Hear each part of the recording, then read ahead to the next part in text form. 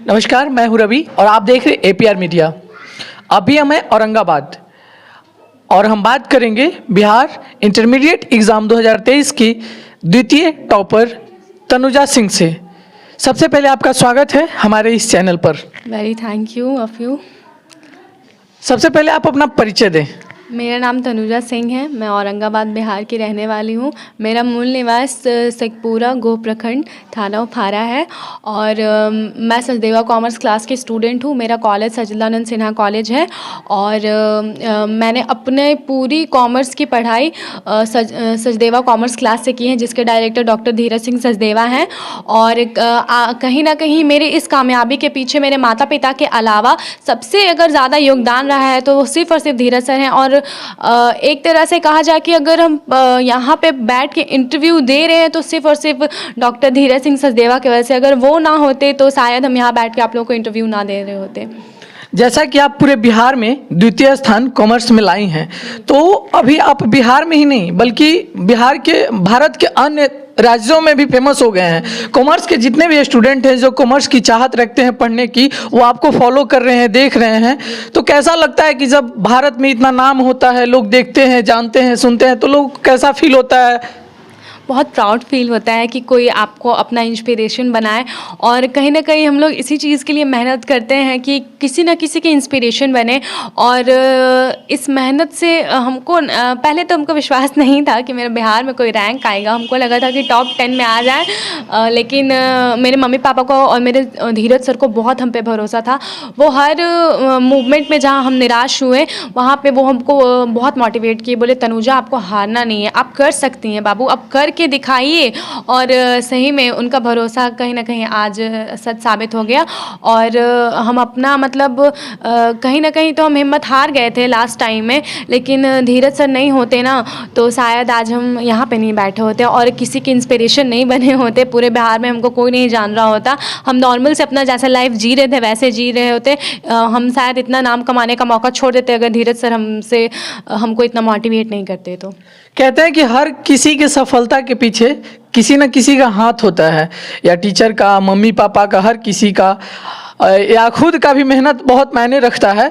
Study background के बारे में अगर बात किया जाए कि कितना पढ़ना चाहिए कि लोग आपके जैसा बन सके या आपके स्थान को प्राप्त कर सके, तो आपसे जो पीछे रह गए हैं, जो भी स्टूडेंट पीछे रह गए हैं, जो फर्स्ट आए हैं, सेकंड आए या फेल कर गए हैं या आपसे कुछ अंकों से पीछे रह गए हैं, तो वो कहीं ना कहीं मन में कुछ निराशा आ जाती है कि हम भी काश कर पाते। उन लोग के लिए आप क्या कहना चाहिएगा?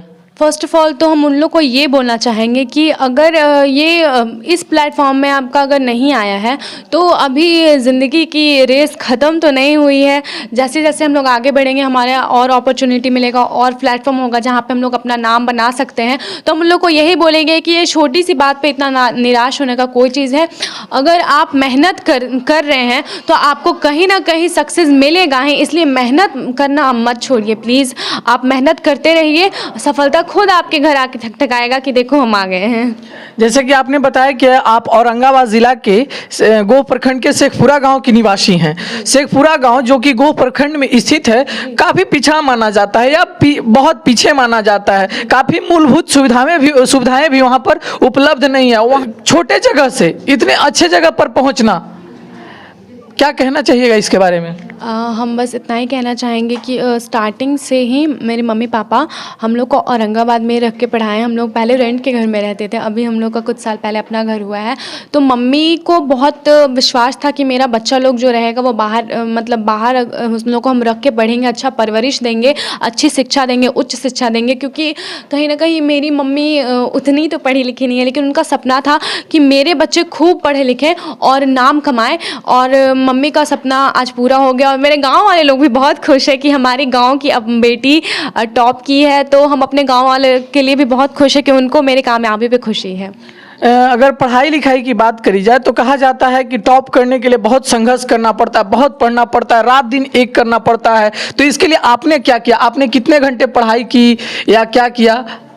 स्टार्टिंग में तो आपको मतलब 4-5 घंटा भी मतलब आपको अपना सिलेबस कंप्लीट करने के लिए मैक्सिमम है, लेकिन जैसे जैसे आप अपने एग्ज़ाम के करीब जाते जाएंगे आपको अपने आर्ट्स को बढ़ाना होगा। वैसे मतलब कुछ बच्चे ऐसे भी होते हैं जिनका हार्ड वर्क नहीं स्मार्ट वर्क रहता है, वो 4-5 घंटे पढ़ के भी टॉप कर जाते हैं। तो मैं बस इतना कहूँगी कि आप 5 ही घंटा पढ़ो, 6 घंटा पढ़ो, लेकिन जो पढ़ो दिल से पढ़ो। ऐसा नहीं कि हम किताब लेके बैठे हैं, मम्मी पापा को दिखा रहे हैं कि मम्मी देखो हम पढ़ रहे हैं, ऐसा नहीं।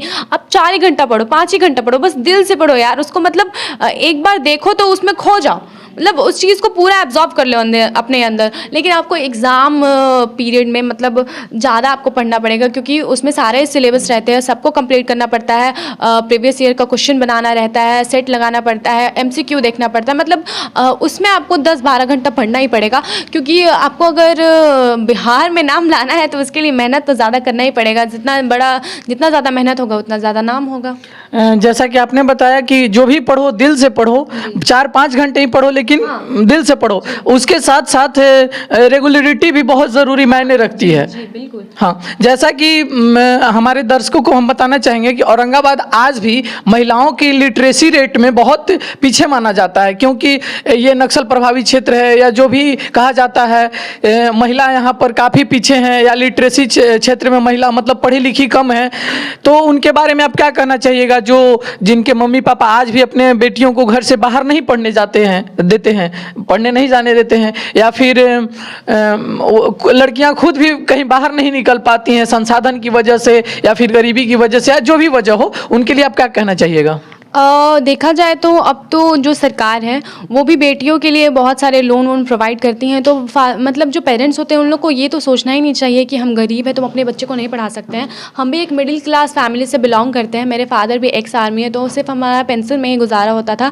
तो हम बस इतना बोलना चाहेंगे कि अगर आपको कामयाब होना है तो आपको अपनी बेटियों को पढ़ाना तो पड़ेगा ही, क्योंकि आजकल आप लोग देख ही रहे हैं कि जो लड़कों से ज़्यादा लड़कियाँ जो हैं वो पढ़ाई में आगे निकल रही हैं। तो आप एक बार उस पर भरोसा करके देखिए, वो आपको ज़रूर उस मुकाम तक पहुंचाएंगी, आपका नाम रोशन करेंगी ज़रूर।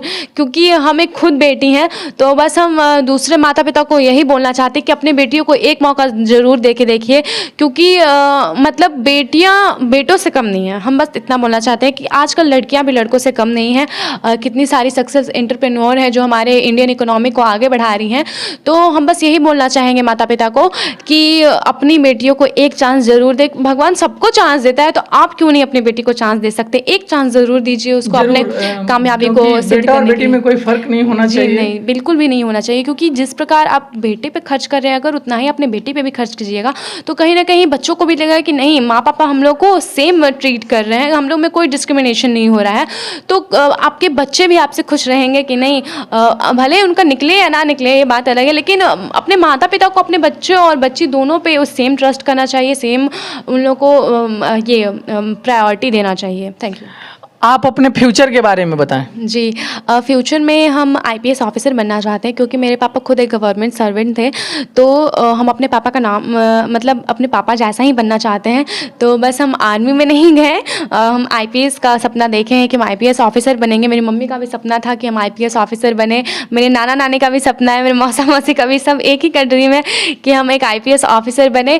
और बस हम जैसे मेरे पापा ने 17 साल अपने देश की सेवा में लगा दी है, वैसे ही हम चाहते हैं कि हम अपना पूरा ज़िंदगी अपने देश की सेवा में लगाएं। आप औरंगाबाद जिला से बिलोंग करती हैं। औरंगाबाद में आपको क्या लगता है किस चीज़ की कमी है? यहाँ क्या होना चाहिए था जो हमारे शिक्षा व्यवस्था को और डेवलप कर सके, बढ़ा सके? सरकार से आप कुछ डिमांड या मांग कर सकती हैं? और वैसे तो हमको जो चीज़ चाहिए था वो सब हमको प्रोवाइड मिला। हमको सचदेवा कॉमर्स क्लास मिला, यही मेरे लिए बहुत ज़्यादा था। लेकिन हम बस सरकार से एक दरख्वास्त करना चाहते हैं कि जो हम लोग को पढ़ाई में दिक्कत होता है, मतलब कभी कभार ऐसा होता है कि हम लोग को ये बुक्स वुक्स का कमी होता है। वैसे तो हम जिस कोचिंग में पढ़ते थे सर वहाँ पे अगर देखते थे तो फ्री में प्रोवाइड करा देते थे, लेकिन बस एक हमारे पास एक ऐसा लाइब्रेरी लाइब्रेरी हो जहाँ पे हम लोग चाहें, मतलब वो सरकारी हो, जहाँ पे हम लोग चाहें तो फ्री में जाके वहाँ बच्चे पढ़ सकें, बुक्स वहाँ अवेलेबल हो। तो हम सरकार से बस यही रिक्वेस्ट करना चाहिए कि पब्लिक लाइब्रेरी खुलना चाहिए हम लोग के भी औरंगाबाद ज़िला में।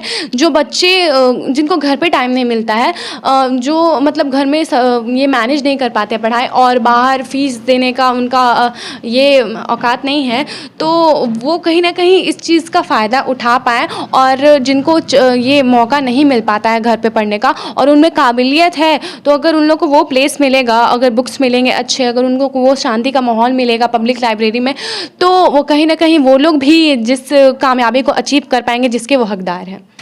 जी बहुत बहुत धन्यवाद। अभी हमारे साथ थे तनुजा सिंह, जो बिहार कॉमर्स इंटरमीडिएट एग्ज़ाम 2023 के द्वितीय टॉपर थे। धन्यवाद।